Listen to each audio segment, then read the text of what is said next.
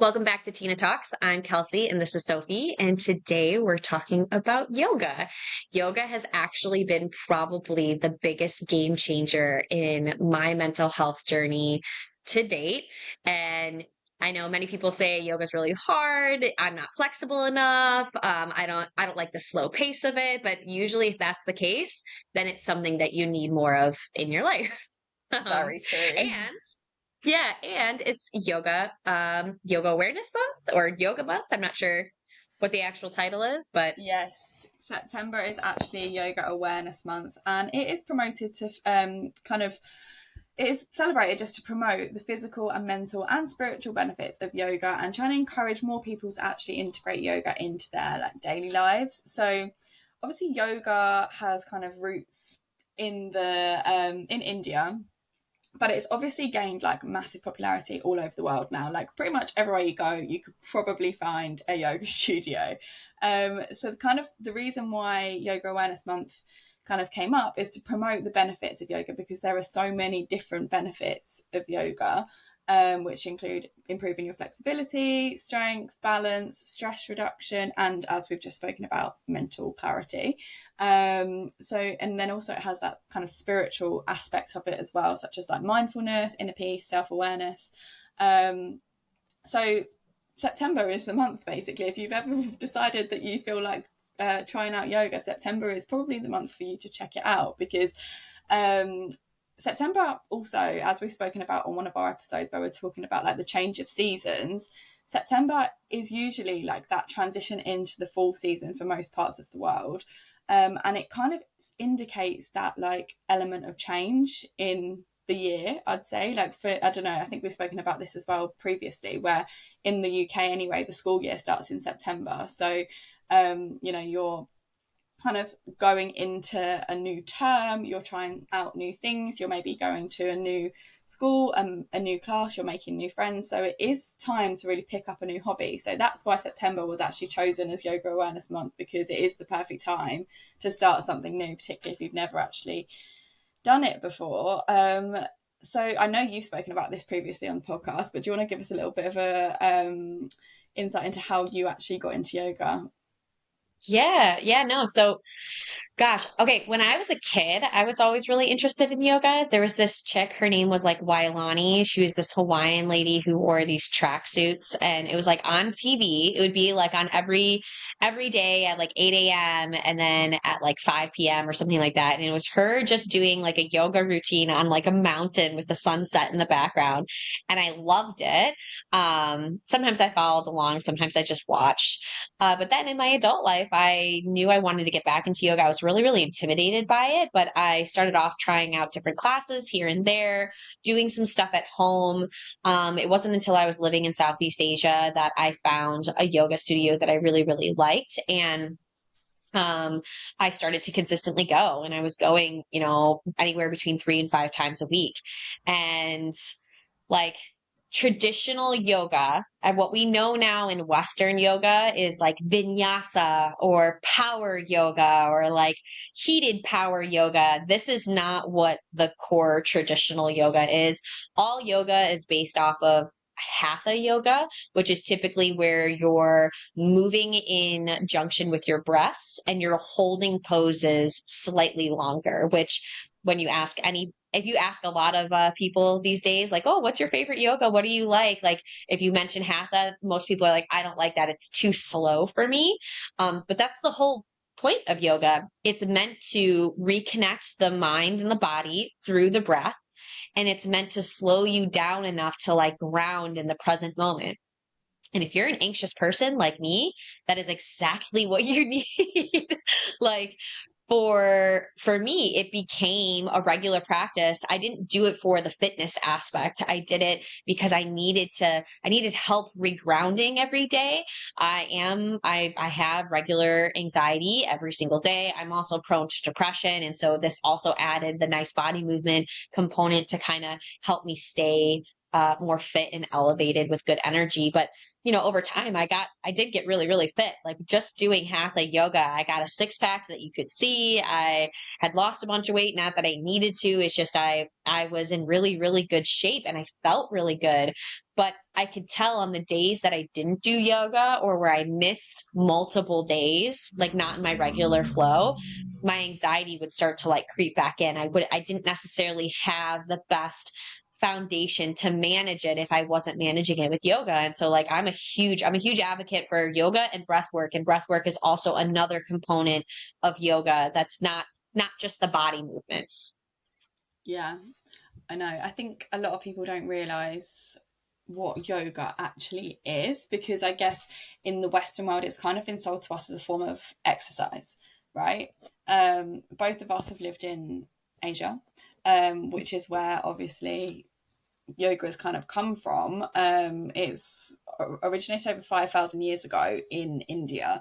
And a lot of it was mainly because they wanted to slow themselves down and get into those meditative states and the meditative postures that come with yoga, and that really laid the groundwork of yoga. But I think in the Western world, the way that we've been, I guess, conditioned, where obviously there's like yoga studios popping up as there would be like gym class studios, I think we've kind of been conditioned that it should be like a fitness activity, which it is still, but it's not just a fitness activity. And I think anybody that tries to go to yoga to just get fit maybe wouldn't enjoy Hatha because it is too slow. And I think when we naturally compare like fitness activities, for a lot of people, if you're not sweating, if you're not getting your heart rate up, if you're not kind of like going all for something, it often feels like it's not a workout, right? So I think yeah, that's why quite a lot of people don't necessarily get on with Hatha yoga, because it really does kind of slow you down, even though the postures are actually pretty hard, like because you Yeah. sometimes have to hold them a little bit longer, right? um it's actually quite difficult. Yeah, which I think is the other component to yoga. It's building those resilience skills. Like, I mean, if you've ever tried to do something that was really, really hard, and the whole point is that it's new, it's hard, but can you still push through and do it without hurting yourself, of course, right? The idea is that you're not hurting yourself, but to be able to stand there and hold a lunge and to breathe through it and like work through the thoughts of, this is hard. I'm shaking. I'm sweating. I want to give up.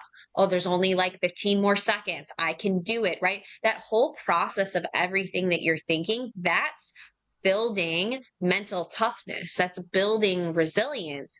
And I've seen it in my own life where like I find something that's really hard that maybe I would have given up sooner on, but having built that through my yoga practice, I'm able to like overcome roadblocks a lot easier than I would in the past because I've built this kind of mental toughness. And that also like, so it's not only like grounding you in the present, but it's helping you build that inner confidence and that strength to be able to like push forward. And I think those are two really solid components when put together can really help you manage anxiety, depression, and any other, like a lot of other mental health issues that pop up just with life and time and maybe genetics, depending on where you're at. But yeah, I think that the practice in and of itself is meant to help you in every other day things like that. No, I agree. I think that is kind of the whole point of it, isn't it? It is to get you going back into the present moment. It is trying to build up your resilience. Yoga, in some styles, particularly, in actually most styles of yoga, is can be really challenging. And I think often people, yeah, like I say, misinterpret what yoga is actually all about. And I definitely did. I personally used to be like, no, not interested in yoga. I was always this really liked like fast, quick, heavyweight workouts. And yoga to me, I always felt like was way too slow and it wasn't going to be challenging enough. And it meant that I had to sit there and meditate or whatever. And I just wasn't into it. Like it just was not something that I was interested in doing. And I also think your environment when it comes to yoga plays a part in whether you want to go away and do yoga as well. Because, for example, if you're in central London and you're in this yoga studio, probably the door is facing a very busy road. So every 5 seconds, you've got a massive truck going past, and you're trying to like sit there in your meditation. You're trying to do your relaxing yoga class, because a lot of people go there to relax and switch their brains off, I guess. It's not so relaxing in certain environments. So I found it very difficult to get into yoga until I found the right studio and the right teacher. And that is not an excuse, because now I've learned that actually it wasn't the teacher or the studio that was the problem. It was me. Like, I just didn't have the resilience and the patience to sit there and sit with myself for that long.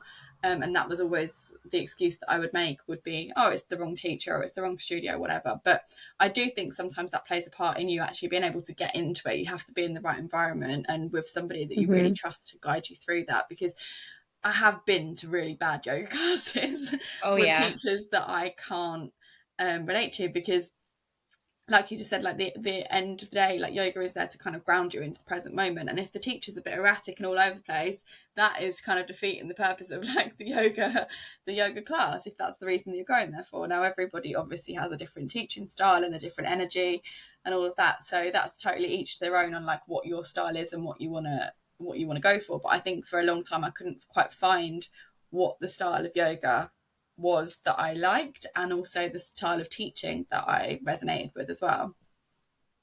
Yeah, I would say for me, I'm in Chicago now, right? I have not been able to find a studio. I like my studio back in Vietnam, where my teacher, her name was Kimchi. She was adorable, her and her husband, and they taught true hatha. Like they really like honed in on the foundations and like slow movement, making sure you're breathing through it, and how do you warm up your muscles to get into those tougher positions and things like that. Not that like the tough positions were the focus. Here in Chicago, I have not been able to find a single like core hatha class. Everything is core power yoga, or we're gonna do endurance strength yoga or cardio yoga. Like it's all these like fast paced blasting music, dancing, like that's great every once in a while. But for someone, let's say if I didn't know yoga, it's incredibly hard, super intimidating. It's not beginner friendly at all. Um, Now I just do yoga at home. I still like occasionally when I want to like get out, I'll go to a studio, but like I've got an app that I use that is mainly the flow that I like to really help me reground and recenter. But I think you're right. Like if you don't really understand the different types of yoga and the different teachings of yoga, and then knowing that, and then what you're looking for in a yoga class, it can kind of set you up for failure, and it can make it more intimidating than what it would be. And I mean, I'm a big fan of saying like start things at home, like start to learn the basics at home before you throw yourself in, because especially with yoga right now in the Western world, it's a little bit chaotic. Mm. Um, but yeah, I mean, there's like, but there, I don't even know how many different types of yoga there's like several. I don't know. I've got a list of them here, and I'm going to read them off and give you a bit of an introduction as to what each one was, to give anybody an inspiration on what Yeah. might be working for them. But Hatha yoga, exactly what you just said, it's a bit more of a gentle practice, focuses on basic postures and breathing exercises, ideal for beginners because it is the true form of yoga. It's like kind of like the original version, right? I'm not a yoga teacher, I'm not yoga trained, but that's what I've been led to believe. Vinyassa yoga is a bit more dynamic, which is where you kind of pair the breath with the movement. It's often characterized by fluid transitions between poses, so it's a bit faster paced, I guess. Like you're kind of like transitioning out of one pose into another in a bit more of a dynamic style. Ashtanga is way harder. I have done quite a few Ashtanga classes, and it kind of follows a sequence. So you're kind of repeating the same sequence of postures over and over again in a bit more of a faster pace. It kind of starts off slow and then it builds up, but you do get into quite intense postures and you follow the same pattern over and over again. I've never done this one, but Iyengar yoga, I don't even know if I've pronounced that right, but Iyengar. apparently it is a Hmm. form of hatha that emphasizes precision and alignment, often using props like blocks and straps. So I have no experience with that one. I don't know, do you? No, I've never even heard that one. I mean, in Hatha, we often use props and blocks. And so, um, like blocks and straps and stuff when we were trying to get into practicing those harder positions, not the flows, but I didn't know that it was called that. Yeah, maybe there's another name for it, but I think it's maybe just a different size, different style of hatha. Yeah. Bikram yoga was actually the first style of yoga I ever tried because I was 21. I went traveling to Australia, and my uncle lives in Australia. Hadn't seen my uncle for like 8 years or something at this point, and he came pick me up, and he was like, right, have you got your gym kit, we're going to go to Bikram yoga. And I was like, what do you mean, what's Bikram yoga? Like, him and his wife had been really into it for years, and it's basically, if you don't know what Bikram yoga is, it is yoga practiced in a heated room, and it consists of like quite specific postures and specific breathing exercises, because obviously you're working in heat, which is Yeah. even more intense. And he was like, you're going to need this towel. And I was just like, where are you taking me? And we went, and in all honesty, I really didn't enjoy it. And I think that actually put me off yoga for a really long time. I won't lie, because I've got this thing about sweat. Like, I really hate, I'm generally quite a sweaty person. I'm happy to admit that, but like, I really hate it when it's like excessive. And in Bikram Yeah. yoga, in that circumstance, I was dripping. And like, when you have to Yeah. touch sweat, like, oh, it just made me gag. So I just really didn't like it, and it really put me off than any other form of yoga. And this was my first ever yoga experience as well, so it was Oh, quite wow. quite intense. So Bikram yoga. Yeah, for me, I did Bikram for the first time actually this last year in the winter. And I will say, so there was an option for a 45-minute class versus the 90-minute class. We did the 90-minute class because I do yoga. Like, I know how to, I do yoga. I'm like, all right, this is my first time doing it in like the 105-degree Fahrenheit. That's kind of how hot it gets. It's very, very warm. But for me, it was really hard to breathe in that like thick air. Yeah. That was really, really hard. So the entire class was very, very unenjoyable for me. I did not like it.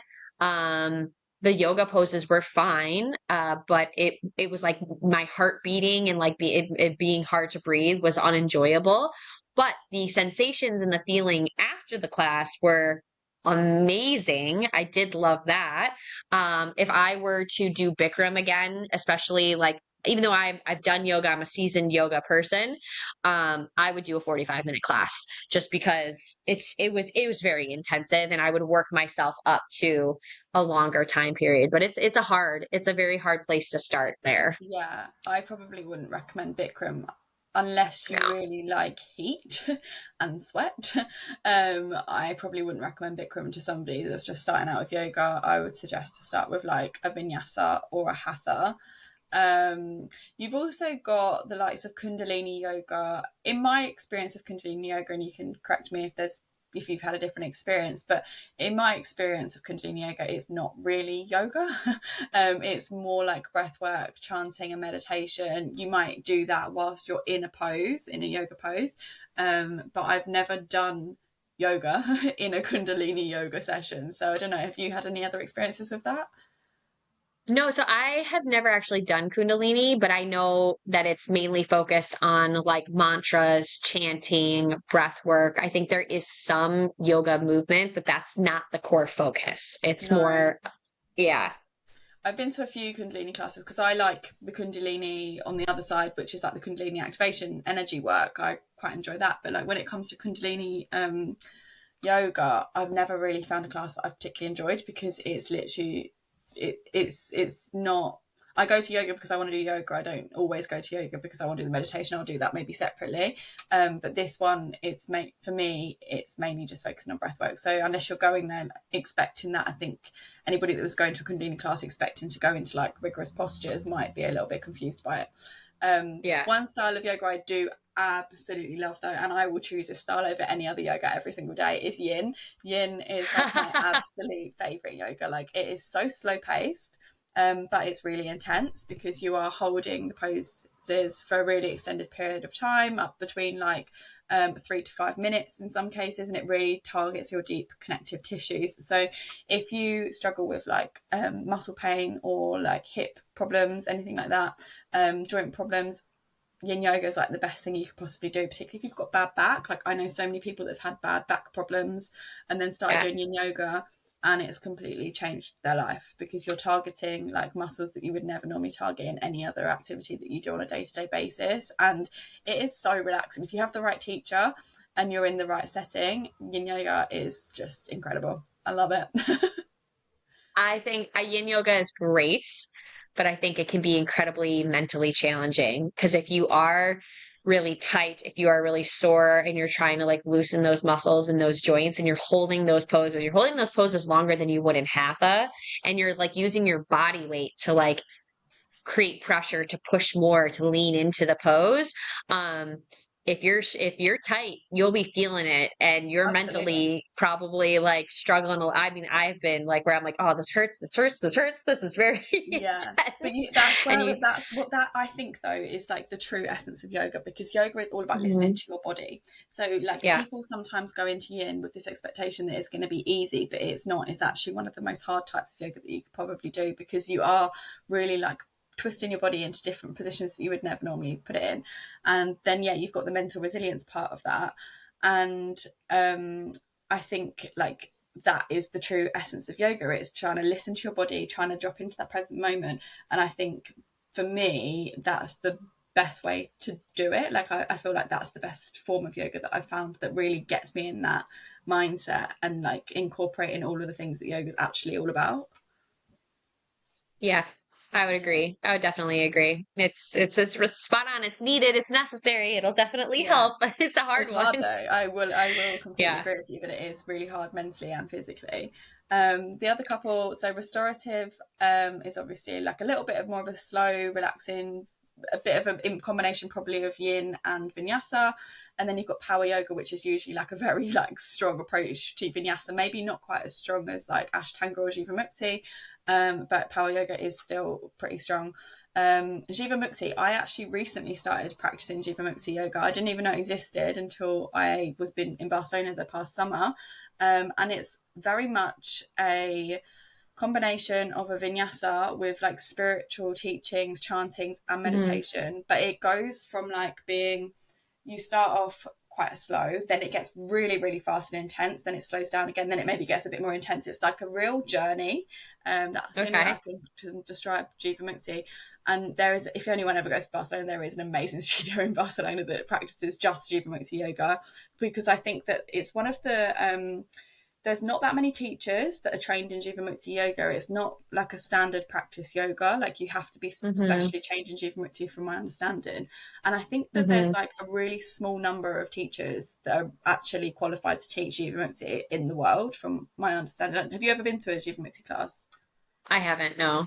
No. No, I believe that to be the case from what I understand about it. And again, I've only just started practicing it, but it's quite a rare type of yoga. And if you find a teacher, it's quite rare to find a Jivamukti teacher. So when you find a studio like the one I've seen in Barcelona, like I say, it's quite a special place. And I would say I really liked it actually. It really does. That is a workout. Jivamukti is definitely a workout because it actually feels maybe a bit more like dynamic, in between of like the pace of like a power yoga and an ashtanga, but at the same time it's so internal as well. There's a lot of like inner reflection and meditation, and like it says chanting. So really recommend that style.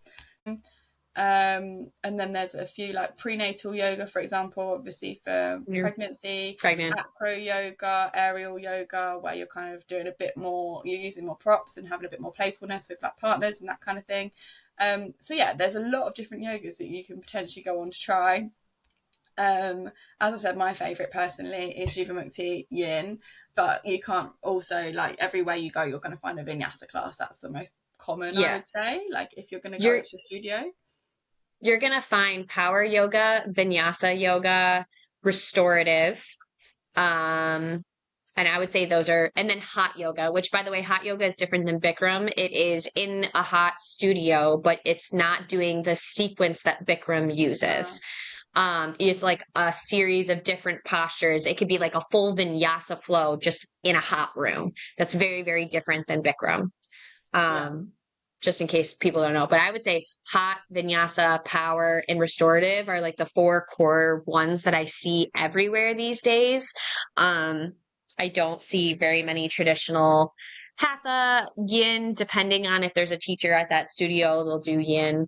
But again, I think like if you are a beginner and you're starting out, Hatha is definitely the place to start because it's a slower pace and you can learn the different forms first, which makes it easier when you step into a faster paced sort of like vinyasa flow. And I think at the end of the day, think about what you need rather than thinking about it as like a new fun fitness level. What do you need? Are you really anxious? Are you really struggling to stop worrying about the future and be in the present? Are you focused on the past and you're stuck kind of worrying about things in the past and you can't focus on the present? Are you having trouble staying like resilient in the face of everyday life issues that are popping up? Do you need something that's going to give you some gentle body movement, but it's not something like weightlifting or CrossFit or high intensity interval, which might be too much for your body right now? I think at the end of the day, I mean, that's how I got into yoga. And then that's what made it stick for me was that I was really struggling with my anxiety and I needed an outlet and I needed some place that I could ground myself. And when I felt good after every session, that's what kept me going back, even when I didn't know what I was doing. And I think, starting at home is always a great place. I know we've talked about we have our apps and things that we can share, but I mean, I think at the end of the day, really recognizing where you're at and what you're looking for is what's going to help you in this sort of practice and what's going to make it a long lasting practice for you. Yeah, definitely. I think as well, like it's finding your style, finding a teacher that you like, finding a way of picking it up that is relevant to you. So whether that is an online class, whether that's going to a studio, whatever it is, I think it's all just about kind of like getting started. And I think so many of us like put that barrier up to get started, and there's so many barriers to entry sometimes that we have to overcome. So a lot of people are like, well, I'm not flexible enough. I can't get into these positions, but you don't know if you don't try ultimately, and you're never going to get into those positions if you don't try.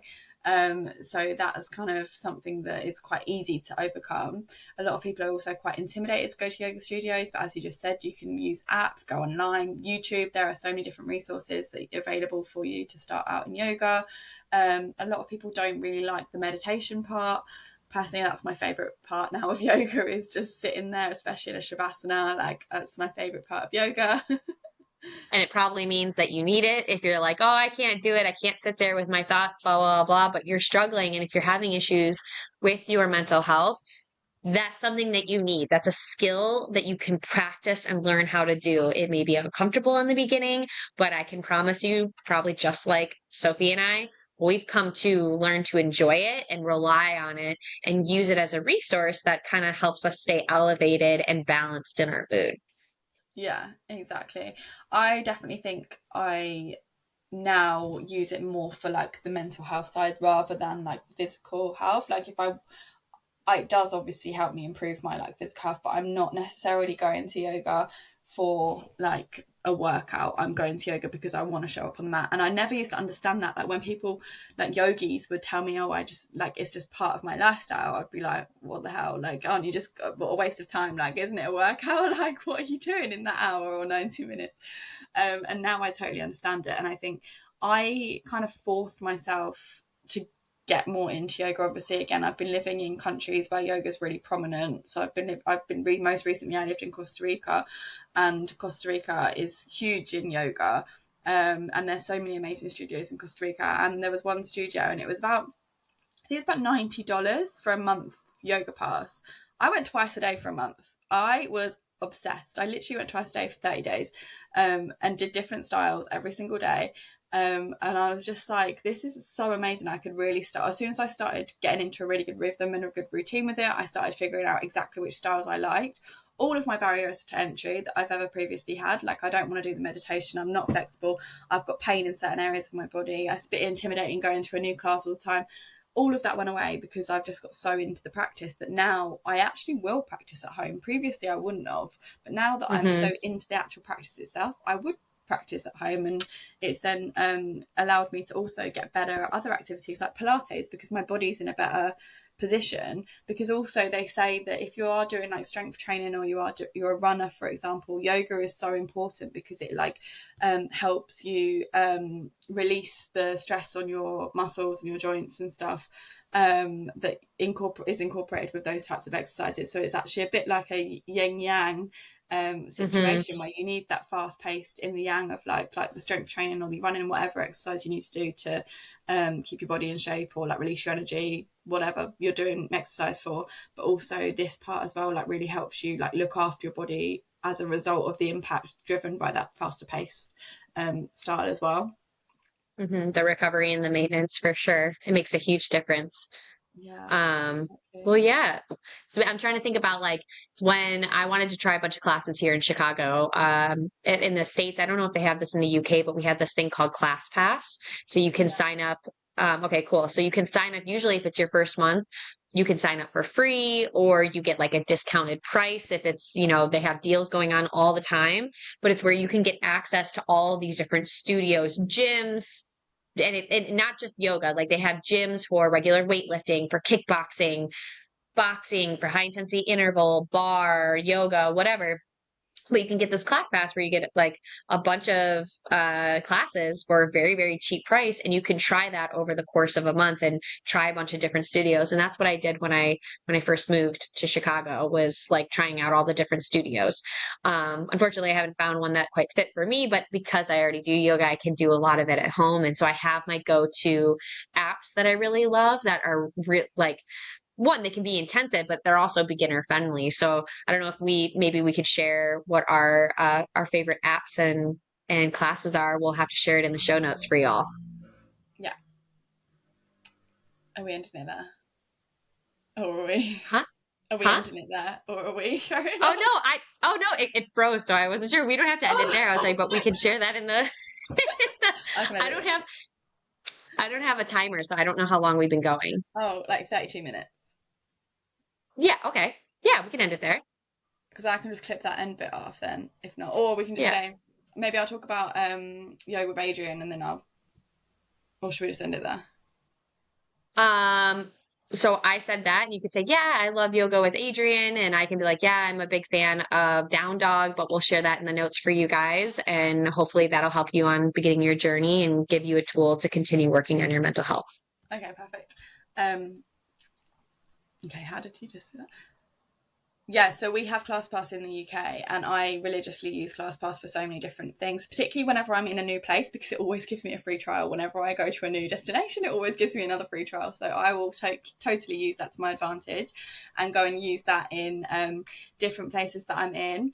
And also, I also now at home, like I say, I'm more into it doing it at home. And there's a lady on YouTube who got very famous during lockdown, because everybody kind of started maybe practicing a little bit of yoga or something at home in lockdown, because there was nothing else to do and we needed to keep our bodies going. We're called Yoga with Adrian, and she is absolutely amazing if you are a beginner, because she does all of these different like levels of yoga on YouTube. It's completely free. So there is like the lowest barrier to entry. All you need is yourself, maybe a mat at home, which you can buy on Amazon super cheap, and then you don't really have an excuse not to show up in your own home with a free YouTube video going. Yeah, and I mean, and just throw this in there. Like, I tried yoga with Adrienne. She's not my gal. She's really great at what she does, but it was not for me. I didn't really like the way that she hosted the class. Like my favorite app is Down Dog. I love Down Dog, and you can put all the different levels that you want, what type of yoga you want, if you want like a specific focus. I know there's some other apps. A friend of mine uses Aloe, and she loves that, and that's like live trainers that you can have as well. So we'll have to share this in the show notes for you guys. Hopefully this will be a good starting step on your yoga journey and another tool or practice to put in your mental health basket to help you in continuing to work on this in your own self journey. All right. Thanks for listening to today's episode of the TINAH Talks podcast. Don't forget to hit subscribe. And if you love what we're talking about and are ready to start changing your life through your own healing journey, follow us on our socials at Time Is Not a Healer. The TINAH Mental Wellbeing Marketplace is now live and ready to help you take control of your mental health. Head over to timeisnotahealer.com, where we'll provide you with the best toolkit for your self-healing journey. All of the details can be found in the episode description below. Remember, you hold the power to heal. Until next time, you've got this.